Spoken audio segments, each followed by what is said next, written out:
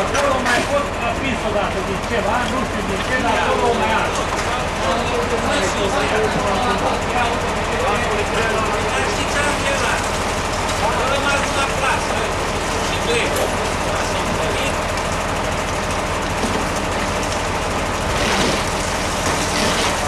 Ce polițuele?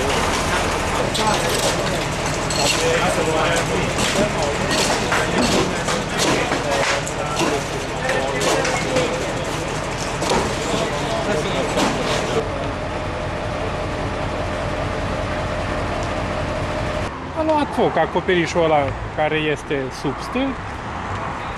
Cauza că de ce s-a aprins asta ar trebui să constate cei de la... A fost flacără mare? Pe flacără destul de mare s-au izbucnit acolo, că totul e uscat și un acoperiș din lemn.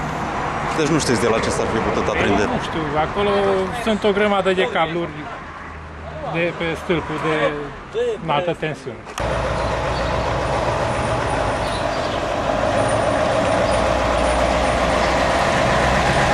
La orele 19:29 detașamentul de pompieri deja a fost anunțat despre producerea unui incendiu la un șopron în localitatea Gherla, pe strada Clujului. Am deplasat la fața locului cu 2 auto speciale de intervenție. La locul intervenției gardea acoperișul șopronului pe o suprafață de aproximativ 12 metri pătrați. Incendiul a fost localizat, lichidat, nu a existat probleme deosebite.